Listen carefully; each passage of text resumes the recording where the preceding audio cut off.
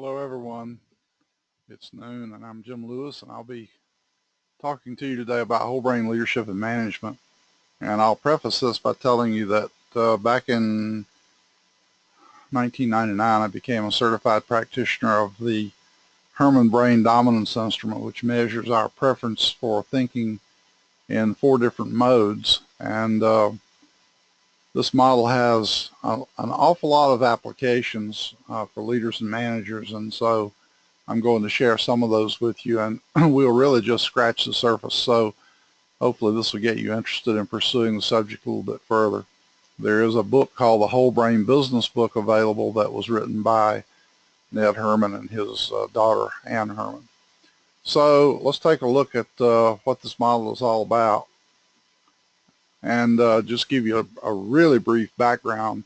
Back in the 70s, physicians reported that when they were doing probes of people's brains with them semi-conscious, as they would probe a certain area of the brain, the patient would tell the doctors that they were experiencing visual images, or they might hear sounds, or they might have certain feelings.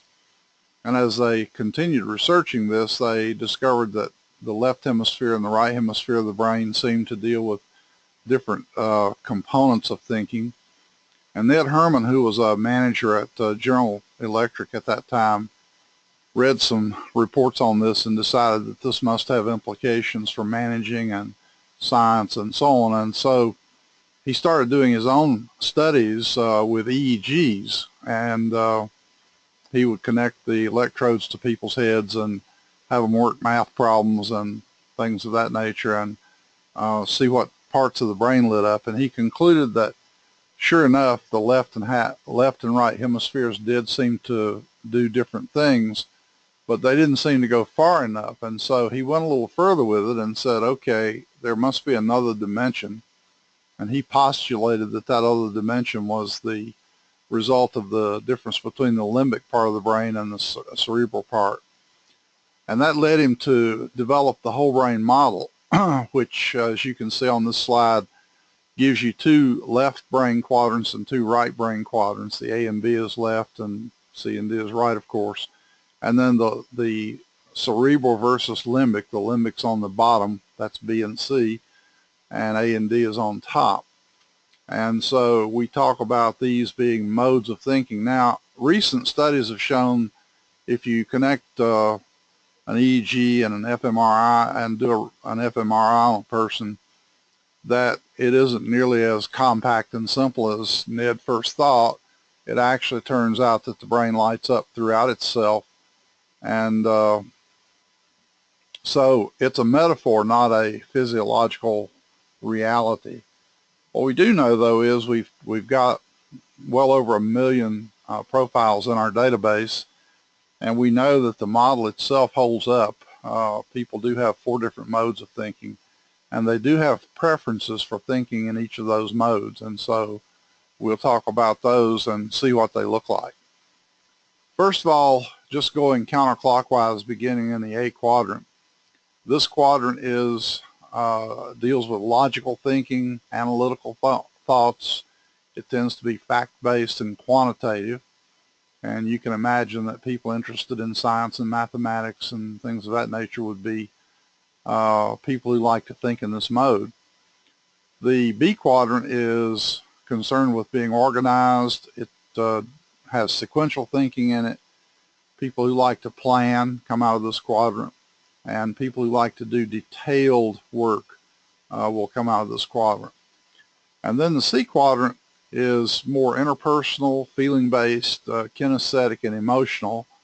And there are a few other things that come out of this quadrant, but this will be the interpersonal quadrant. And depending on a person's preference for thinking in this mode, they might be very people-oriented, or they might be more reclusive. And so we have people sometimes who don't seem to be very aware of themselves or other people at all, and oftentimes it's because the preference for thinking in this quadrant is very low. Finally, the D quadrant is the cerebral upper right, and it concerns itself with holistic thinking, being intuitive about ideas, integrating ideas and thoughts, and synthesizing. This is the creative thinking quadrant. And you may say, well, boy, what if I don't have any preference for thinking here? Well, that means you don't engage in a lot of creative thinking, but it doesn't mean that you can't be creative, because these are preferences and not abilities. And it's very important to emphasize that several times. It's preferences and not abilities. Now, in a very simplified way, the A quadrant deals with facts, the B quadrant deals with form, and then C deals with feelings, and D deals with futures. So these are different shorthand. This is a shorthand for the different modes. One of the ways that we like to describe this is that they actually represent different facets of ourselves. And so the A quadrant deals with what we would call our rational self.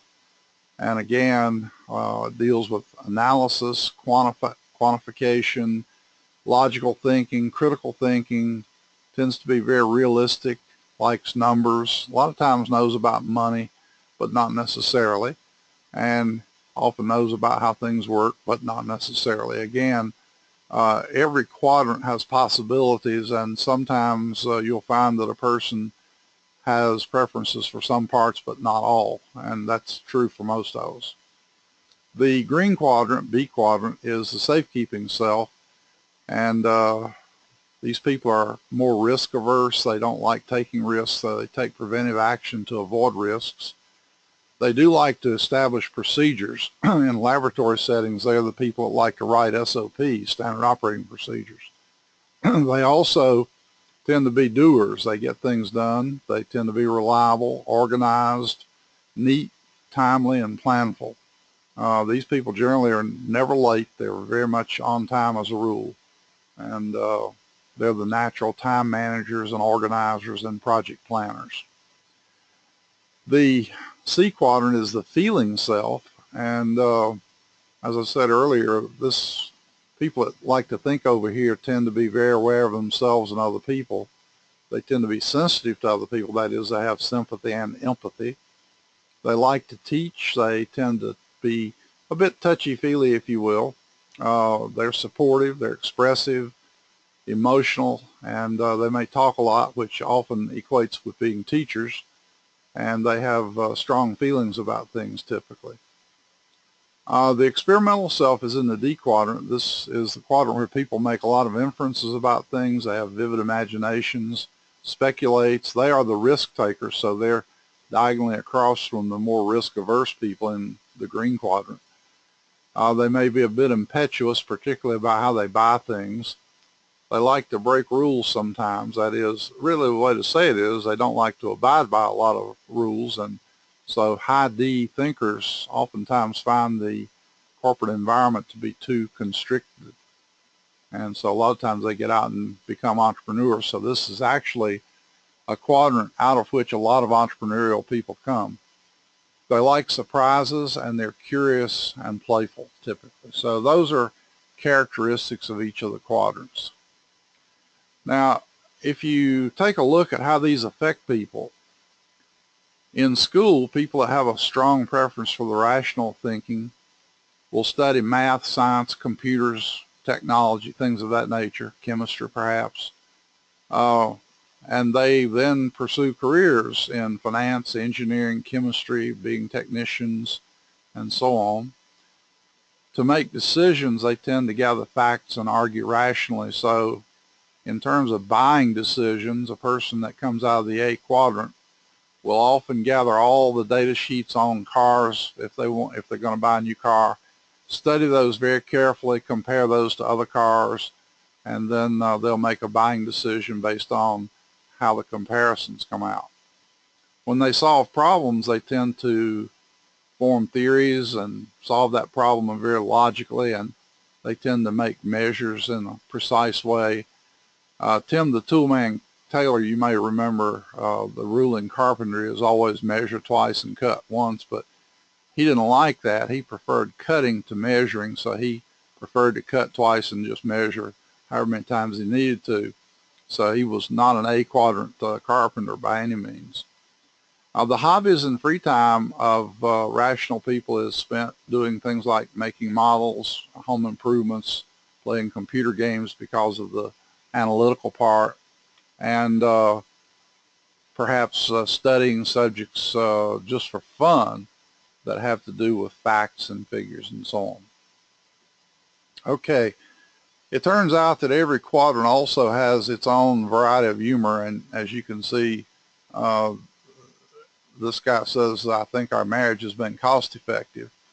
Um, this guy is trying to make a presentation, and the guy making the presentation is not an A quadrant person, but the lady asking the question is. She's saying, can you explain the manufacturing process a little more clearly?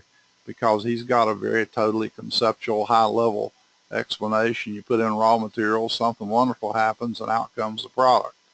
That's not good enough for this lady. The B quadrant is, again, called the safekeeping self. It turns out, by the way, that a study was done in France some years ago, and they asked people that preferred to think in each quadrant what kind of cars they preferred. The A quadrant that we just looked at tends to be the BMW preference, and this one tends to be the Volkswagen preference. I'm sorry, not the Volkswagen, but the Volvo preference, because Volvo has a reputation for being safe. So people that like to think in the B quadrant at school study geography, but they'll study the geography of territories and things and so on. You'll notice in a moment that the C quadrant also likes to study geography, but they tend to study the geography of how people live in those areas and so on. They also will study history and language, and they particularly like the grammar of a language, whereas the C quadrant people will tend to prefer the spoken language itself. So that's the difference between the two. Now, these people, as I said earlier, tend to be managers, administrators, particularly project managers, because of the attention to scheduling and so on. And of course, they like being travel agents because of the geography and some of the history. Decision making, they tend to make a decision and stand firm with it. They tend to make fairly conservative decisions and procedural ones. And they tend to approach problems in a very practical way, not a conceptual or a hypothetical way. Their hobbies and free times tend to be spent traveling, fishing perhaps, camping, engaging in spectator sports, playing golf, and reading. And by the way, I say tends because people don't just have single preferences for thinking, so they may have hobbies that fall in other quadrants because they like to think in those quadrants as well. You can see this thinking affecting how a person organizes their home, and this is an exaggeration to be sure, but they've got Ed up there in a little cube of his own, and the lady's saying, you're so organized. This is a D quadrant little dog complaining that the master must be a B quadrant master because the dog is complaining that it's always sit, stay, and heel, never think or innovate or be yourself. And so again, humor tends to come out of the different quadrants.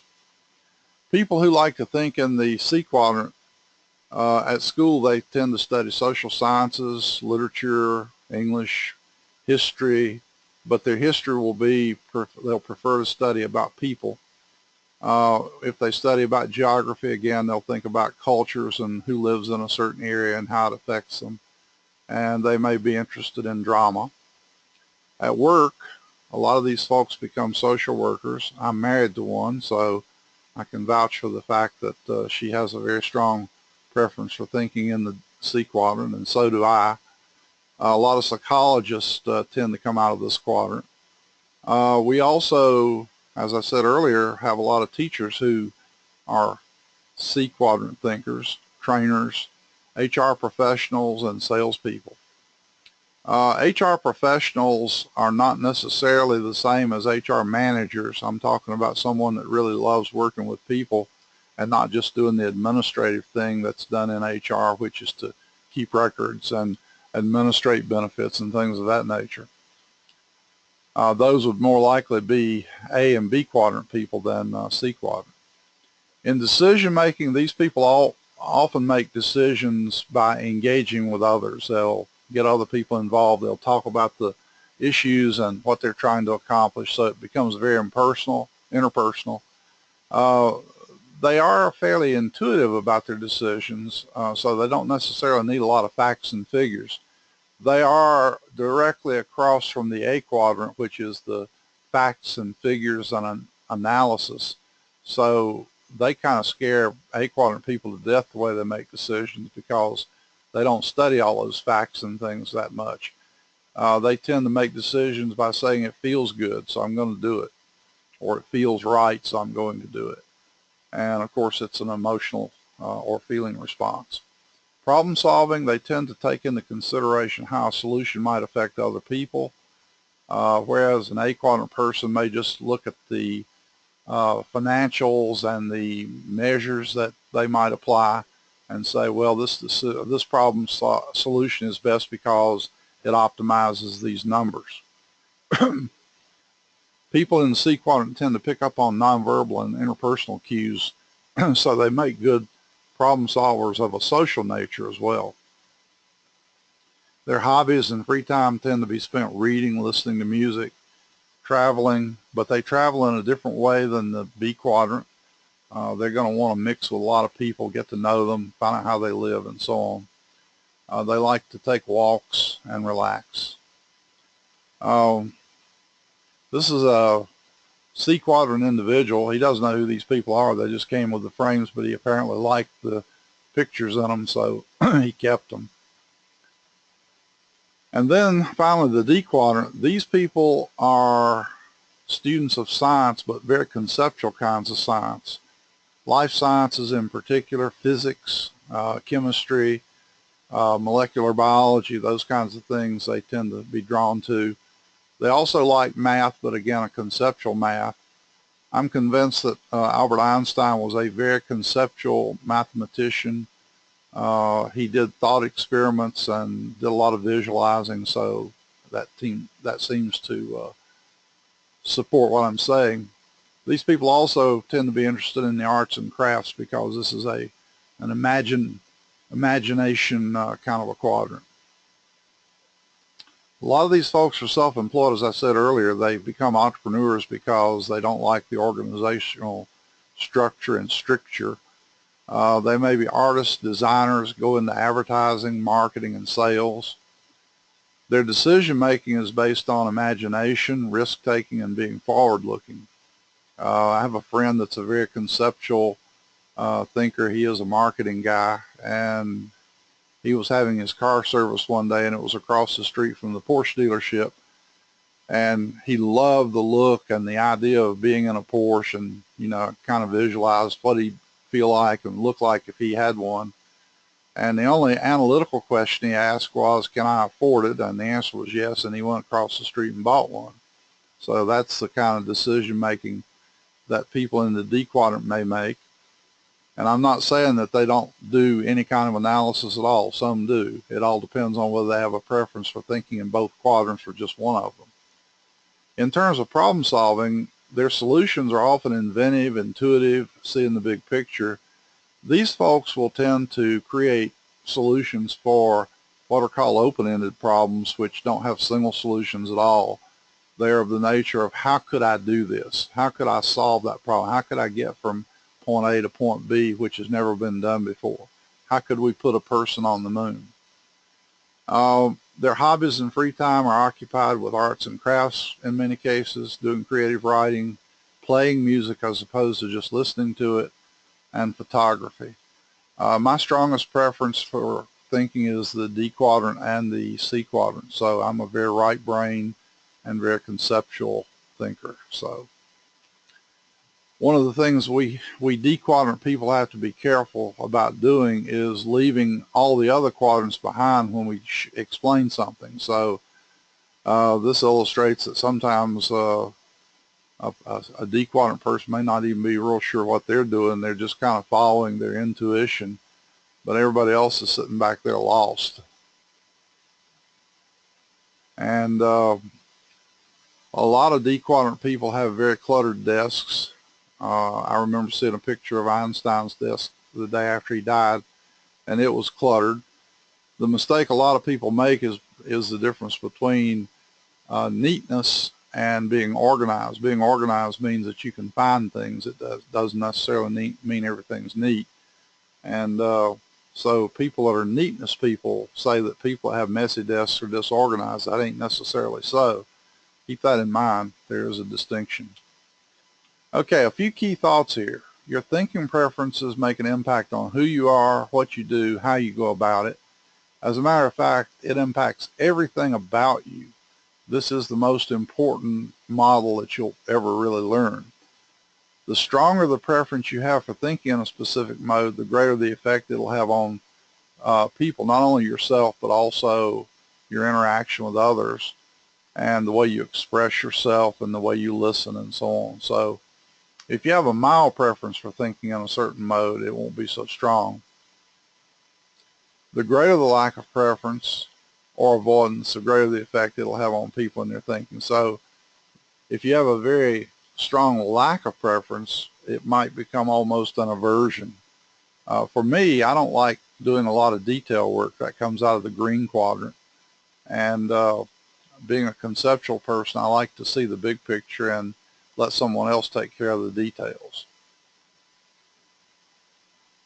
You can pick up on the clues from other people as to what their thinking preferences are by listening to how they talk and how they go about dealing with problems and so on. And this enables you to make decisions for improved interactions with those folks. You might begin to think about the fact that it would be good to have a balanced group of people to constitute a team. That is, we need people that can think in each of those four quadrants. And when I say can think, I really should say they prefer to think, because again, we can all think in all four modes, and we all do think in all four modes at various times. So when you take the Herrmann Brain Dominance Instrument, this is the kind of profile you get. There are two main pages here. I'm only going to spend time on the left one because it's the one that's important, and I can't cover this whole thing in an hour. So you'll notice that there are actually two figures on that graph. There's and we call these kites, by the way, because they tend to look kind of like a kite. And the solid line profile is the general preference a person has for thinking. And the dotted line profile is the one that they tend to go to under stress. This one is close to being congruent, the two of them, but you'll see in looking at a lot of different profiles that sometimes people's dotted profile diverges significantly from the solid line profile. So let's see what this thing tells us. You notice that Ned, when he created his profile graph, he divided this circle into four concentric circles, and they are essentially 33 points apiece on that diagonal line going from C to A. And at the center is 0, and then at the first little circle you have 33 points, and then 66 points at the next one, 100 points at the next one, and then 133 at the far outside edge. And so the profile this person has in the A quadrant is about 110 points. And looking up there at the little table right here, you'll see that it is 111 to be precise.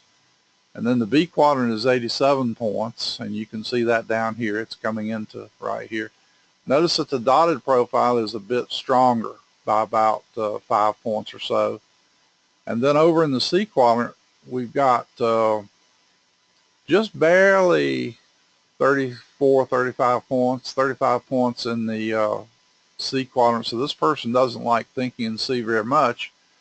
In fact, if it were inside the little inner circle, they would tend to avoid thinking in the interpersonal quadrant. Under stress, however, they go into this quadrant a bit stronger. In fact, that dot falls right in the center of that second band, and that would give that profile a score of 2. I'll tell you about that in a moment. And then when we get up into the D quadrant, they become less conceptual under stress because ordinarily they're up there at 48 points, which puts them in the middle of the second band. Let's see what this is actually telling us. Rather than talk about raw scores, you'll notice up here we've got this top row highlighted, the preference code. Rather than use the raw scores, Ned chose to assign a 1 or a 2 or a 3. A 1 meaning the person has a very strong preference for thinking in that mode. A 2 means they have a medium strength preference, and 3 means a very low preference. And so what he did was he took the outer two bands, which goes from 66 to 133. If you fall anywhere in those two bands, that's a 1. If you fall in the band that goes from 33 to 66, that's a 2. And if you fall inside the inner band, that's a 3. And as I said, 3 means a lot of people will just about avoid that. Now, if we go to the next slide, there were 24 adjective pairs in the survey. I started to say that you took, and I just realized you haven't taken this. I teach this class so often that I get to thinking in terms of what you've done.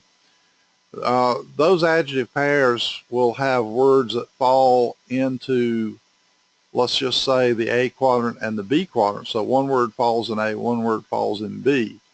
And as an example, facts falls in A and detail falls in B, and you have to choose between the two.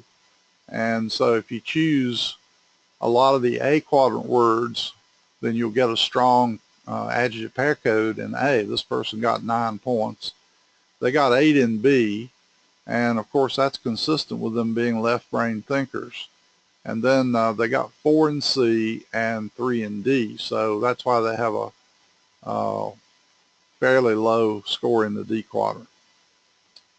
Okay, so this graph shows you the balance of the profile. 57% of the person's thinking is in the upper mode, 43% in the lower mode, 70% is on the left, and 30% on the right. So again, we would say this is a fairly strong left brain thinker. Okay. Now, what do you do with this stuff? First of all, this will give you some clues about a person and some of the things that they might be drawn to, or ways they think, or ways they behave.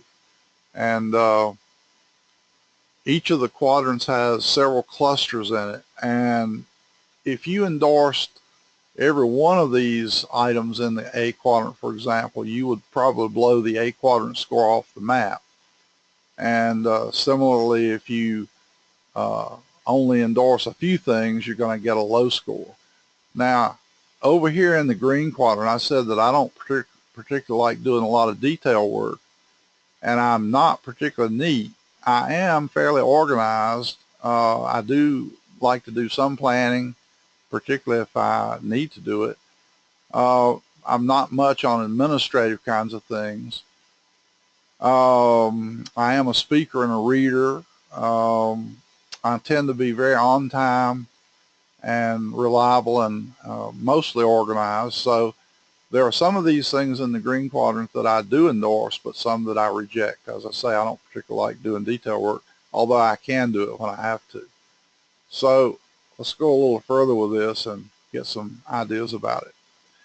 Each of the quadrants has certain strengths, and I'm not going to read this to you because if you haven't downloaded your notes, you can download them and you'll have this to refer to.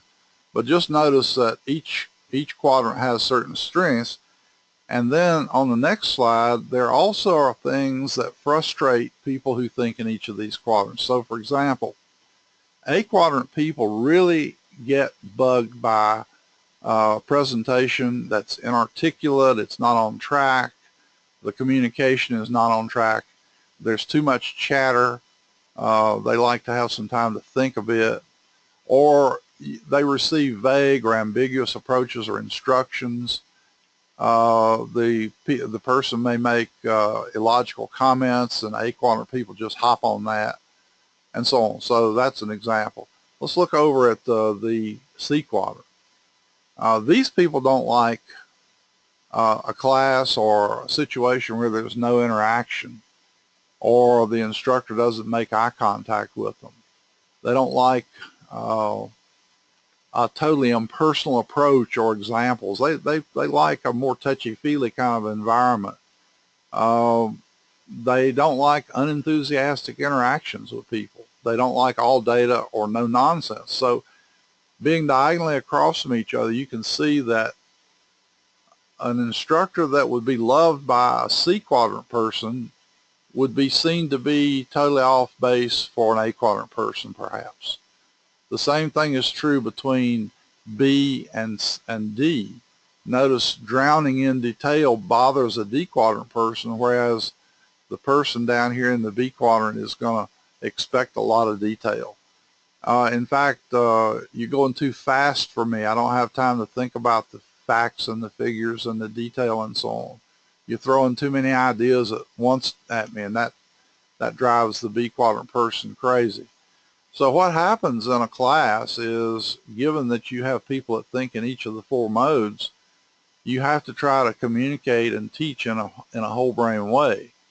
And the same thing is true of all your communication. You need to communicate to the rest of the world in a whole brain way, because you're going to have people reading your material or listening to you who think in each mode. And so if you don't have a whole brain approach to your instruction, your selling technique, your leadership and management techniques, you're going to lose some people. Now, you can't be in all four quadrants at the same time. And so one of the things that I do is I always begin by explaining something in the D quadrant, because the D quadrant is the conceptual quadrant. I'm going to back up here a second. It's the big picture. It talks about why something is going to be done and why it's important to you. And then I'll move to A and start sharing facts and figures and theories and that sort of thing with people. And then I'll move down into B, which is the how quadrant. How are we going to do that? So D starts talking about why. A starts talking about when and what. And then B starts talking about how, and C starts talking about who will be involved, who will be affected, and so on. And by going around the four quadrants, I get a whole brain message across. And so I try to assess my classes and make sure that I'm spending about equal amounts of time in each of those quadrants, so that I'm addressing the concerns of each person's preference for thinking. So a few key thoughts. HBDI assessment doesn't say that a person can or can't do a particular job. Again, preference is not the same as competence. It does, however, give some pretty good clues as to how someone might do their job. And so if you need a very detailed chemistry analysis, you do not want to have a D quadrant thinker doing analytical chemistry. You need a B quadrant person doing analytical chemistry. It turns out, by the way, that even sports are, the way a person plays a sport is affected by their preference for thinking. So you can have golfers in all four of these quadrants, and I'll leave it to you to think about how they might differ in their approach to the game. I'll just give you one clue. A very red quadrant thinker will prefer to go out on the golf course with a group instead of by himself or herself, and enjoy the social aspects of golf. And the other three quadrants will play quite differently. There is a very strong correlation between thinking preferences and job choices, and so this can be used to help people think about the kind of careers that might be of value and interest to them, but it won't home in specifically on what the career might be. Job satisfaction is related to a match between the job profile and the individual's HBDI profile. We can actually create what are called pro forma profiles of jobs by looking at all the activities that a person has to perform and the kind of thinking they have to do to perform that job. So we can actually create an HBDI profile for a job, and then the closer the individual matches that profile, the more likely it will be a good match for them, and that is they'll enjoy the job. Now, I'd like to spend just a little bit of time here talking about management versus leadership, and we'll also talk a little bit about communication and that's about all the time we have for the subject in an hour. But this is really, really important. One of the first things to do is to differentiate between management and leading, and we've done some of that in previous webcasts in this 3 webcast series. Managing is really dealing with the administrative aspects of a job and more the things than the people. Leadership, of course, is the art of getting other people to want to do something that must be done. That's Vance Packard's definition, which I shared with you last time. It is an influence process, and you can see that it has to take into account thinking preferences in dealing with both things and people. So let's see how that works. A person that has preferences for thinking in the A quadrant is going to be interested in technical, financial, and analytical things, and so their approach to their job will focus on those issues. And it'll only be the C quadrant person that focuses most strongly on human relations and developing people. The A quadrant person is more interested in dealing with technology and science and math and engineering and things. The B quadrant person is interested in control and organization, and so they tend to be operations oriented, and they tend to put procedures in place to make sure things don't go out of control. And then, of course, the D quadrant person is more conceptual, strategic, and experimental. So they will be visionary kinds of leaders, if you will. And, of course, we have people having 2 quadrant preferences, 3 quadrant preferences, and a few 4 quadrant preferences. And so I can't do all 3 of these on a grid like this. So I just did 2 combination and then the quad dominant in the middle. So up in the upper left quadrant, the A quadrant, a person that has a very strong preference for A will be authoritative. I didn't say authoritarian now, authoritative. These will be technical experts or financial experts. They will be fairly directive because they have figured out what needs to be done, and so they'll say this is what we need to do, and they'll be all business. There won't be a lot of humor and horsing around and that sort of thing. If you look diagonally across over into C, a very strong C quadrant person doesn't respond very well to that kind of leadership because it's too constraining and too authoritarian and authoritative rather, and so on. Now, the B quadrant person is going to be fairly consistent, conservative, again, fairly control-oriented and stabilizing. They don't like surprises. They like stability, and they don't like a lot of change. And then if you have a person that's double dominant between A and B, they'll take a fairly well-defined, practical, and realistic approach to managing. Now, I'm going to say this. The way I've worked it out in my own head, managing is left brain, leadership is right brain. So management occurs in the A and B quadrants, leadership occurs in the C and D quadrants over on the far right. Now, if you have a person that's double dominant between A and D, that's this middle column here in the table. If I can find my cursor, which has vanished on me, there it is. I don't know if you can see this on the screen. I think you can. So I'm in the AD combination. This is a combination of directive and authoritative orientation with conceptual thinking. Very many life scientists have strong preferences for A and D combined. And so scientists will typically have an AD kind of a leadership approach. Part management, part leadership. And then down at the very bottom, we have the BC combination. This person has a stability of tradition with a humanistic responsiveness. A lot of first-line supervisors have strong preferences for thinking in B and C. We call that a limbic profile, and they are very liked by most of their followers because they are friendly and yet they're very organized, and they do tend to have things in control. Person is very strong C, I mentioned earlier, they tend to be very people-oriented and so on, very empathic and intuitive. And then, of course, the D quadrant person is the visionary. When President Obama became president, his wife explained to a reporter that he was a a very idea-oriented person. He was not the B quadrant doer, because the interviewer asked her, how's he going to get all these things done that he wants done? And she said, well, he's not a doer. He's more the idea person, and he'll have to surround himself with people who do the doing. The CD, the right brain person, tends to be open-minded, intuitive, and flexible. So they tend to be the more leader-oriented people. So that's a very quick 36,000-foot view of leadership versus management. And it turns out, by the way, if I back up to this thing, people who are A quadrant followers tend to like A quadrant leaders. And people who are C quadrant followers tend to like C quadrant leaders. So keep that in mind.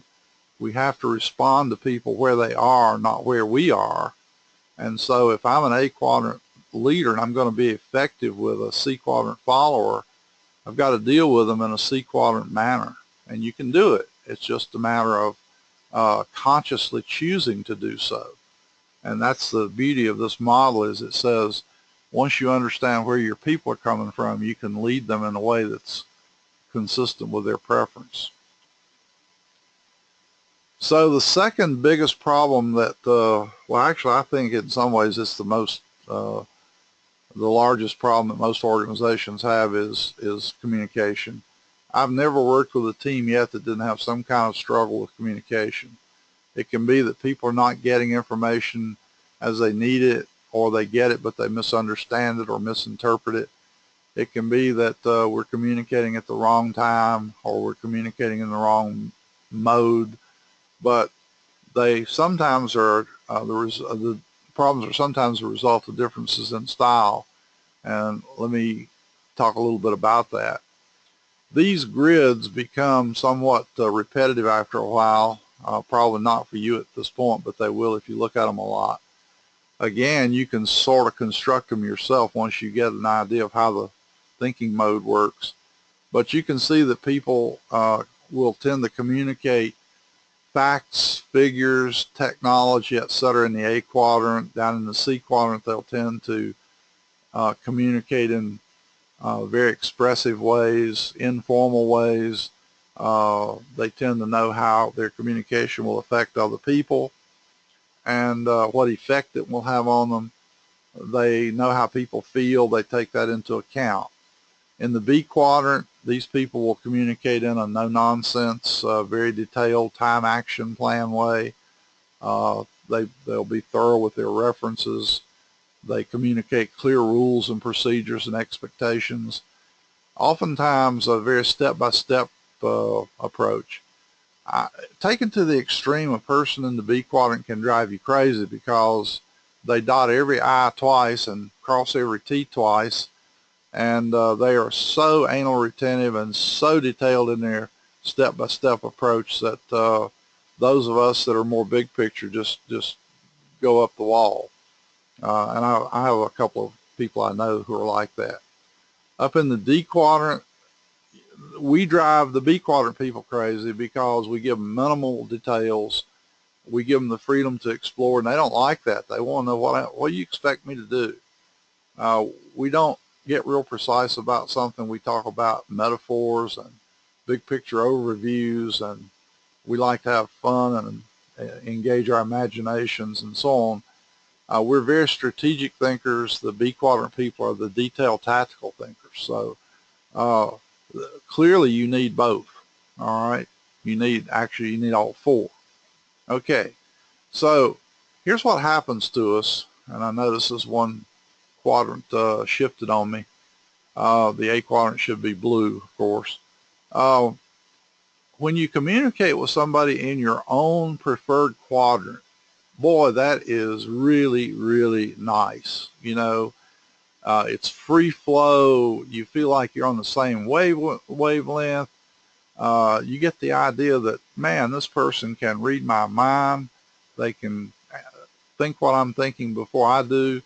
And so there's a strong feeling of rapport in this mode. In fact, that's a clue. One of the best ways to establish rapport with someone new is to communicate with them in their preferred mode, and the way you pick that up is to listen to what they're talking about, how they express themselves.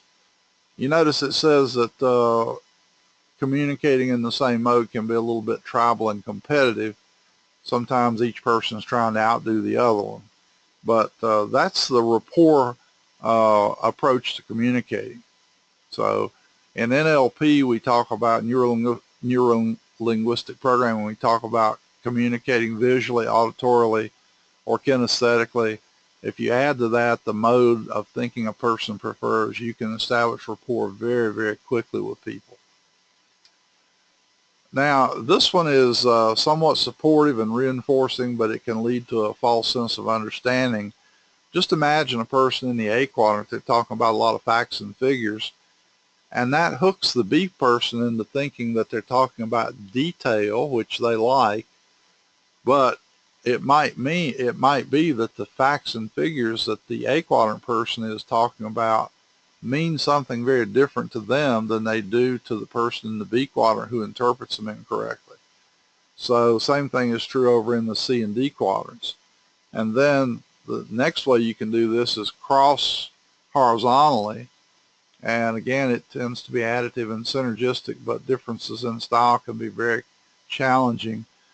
I'm in the D quadrant at the 36,000 foot level, and the A quadrant person is talking about facts and figures and analysis. And it can feed each other when you do that, but again, it can make you feel like the other person is not really with you. Same thing in the B and C quadrant. So those are just a couple of ideas. Now there's one combination left, and you can imagine it's the cross diagonal.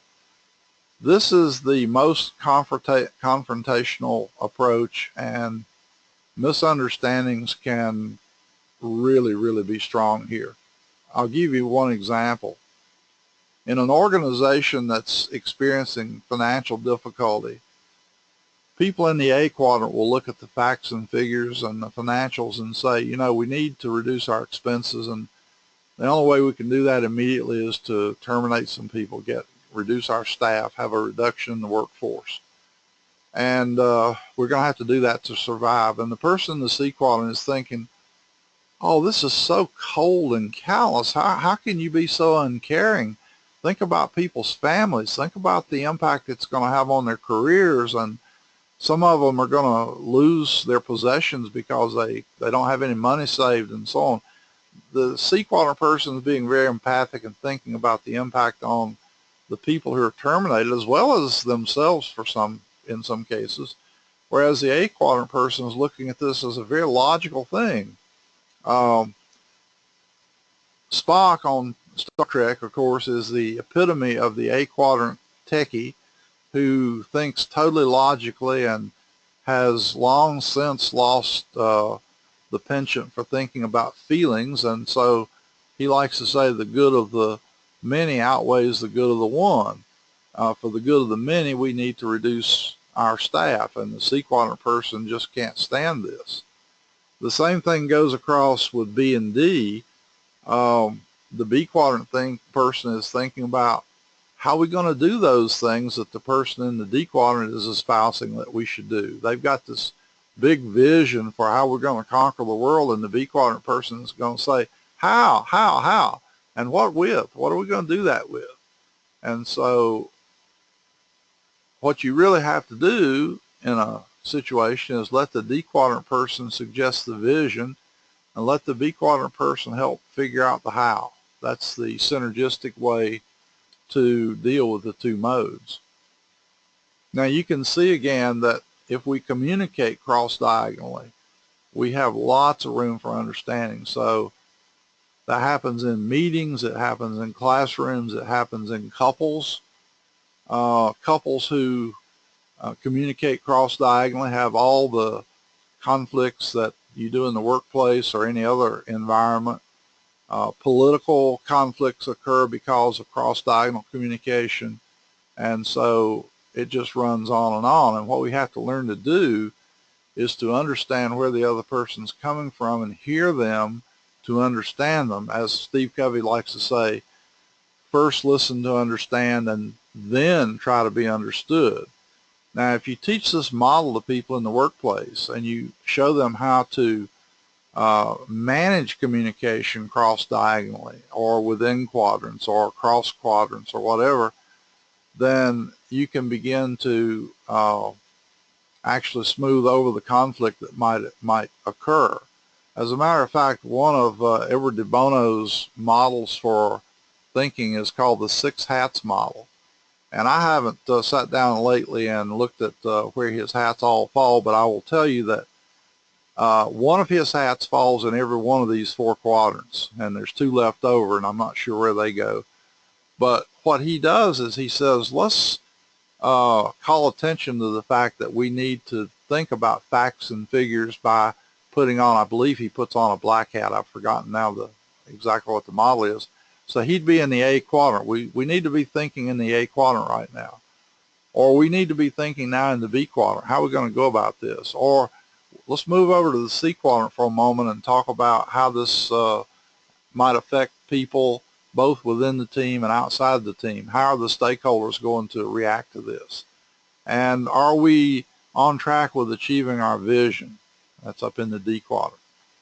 Now, there is one model that we apply to this, which is to create what's called a balanced scorecard. Some of you may know about Kaplan and Norton's balanced scorecard, where they say every business should have measures in each of those 4 quadrants that indicate success. So in A, it'll be financials and technical measures and so on. Down in B, it'll be controls. Over in C, it'll be making sure that we support our people and keep them trained and up to date. And up in D, it'll talk about futures. Are we heading toward the future that we've established for ourselves? So again, that's outside the scope of this webinar to go into much detail about, but you can read about it in the Whole-Brain Business book. So some of the principles of communication preferences are we tend to speak the language of our most preferred quadrants, and that means that other people may not always understand us. And we also tend to listen from our most preferred quadrant. Actually, we tend to filter all information through our preferred quadrants, both visual and auditory and kinesthetically. And so knowing what your preferences for thinking are can be very important. This means that we may not always understand other people. And again, when you're not sure in what quadrant you should speak, the best approach is to adopt a whole brain style. Now, if any of you are interested in actually taking the HBDI profile, we can arrange to do that if you just drop me an email, and we'll set this up so that you can do it. So that's my little commercial announcement. But here's a little tool for you. If you're going to do a whole brain communication, here are questions that you should ask yourself in each of the quadrants. Now, remember, I say I like to start in D. You might say, why didn't Ed letter them that way? Simply because the model came first, and then he realized that the questions maybe needed to be taken in a different order than the letters went. So I start in D, and I answer all the why questions that I can think of, and then I'll move over to A and answer what, then down to B and answer how, over to C and answer who. Keep in mind it doesn't have to follow that specific sequence, other than I do like to start in D, but I could start in D and move to C. Okay, why are we going to do this, and who are the stakeholders and who's going to be involved and so on. And I might need to get people on board before we move over into the what and how, because in my way of doing projects, I like to always involve in the planning the people that have to do the work. So I might go from D down to C. I've had to answer within my own head some of the what questions though. What are we going to do? And that way I can choose people. So it's a messy process. It's not nearly as nice and linear as it sounds. Okay, finally a few last thoughts. The way we think affects and influences how we solve problems, make decisions, plan, delegate, choose mates, choose partners in business, terminate people who don't work out sometimes. I mean, it's the whole gamut. Whole brain thinking is about knowing the demands of a situation and being able to adapt your own thinking to suit the situation. So you have to learn to be adaptable, have flexibility. And then interacting in a whole brain way requires conscious effort. You have to actually monitor and control your responses and so on. And so that's the crux of the whole thing. Again, some of the references on the back, you've seen the two Peter Drucker references previously. The Whole Brain Business Book's in a second edition. You can get it in a Kindle format or a hard copy from Amazon. You can learn more about the Executive Excellence Certificate Program by going to the NCSU website, and that program is beginning on May the 15th, so if any of you are interested, take a look. And we also have a weekend summit coming up for executives called Winning Beats Losing, and you can get more information at tinyurl J9ZEKUF, and I'm leading that particular one and using this whole brain model as a core component of the whole thing. So if this has interested you and you'd like to know more, take a look there. Drop me an email if you have questions. I'll be glad to try to answer them for you. And the email address is lewisinstituteinc@yahoo.com. That's an easy one to remember, lewisinstituteinc@yahoo.com. So this is the end of our little 3 webcast series. Thank you so much for your time. We're almost at the 1 o'clock mark, so the timing was pretty good on this one. And hope you got some use out of this, and we'll continue to get use out of it. I'm here to answer questions if you have them, so please feel free. Have a good week. Thank you for being here, and take care.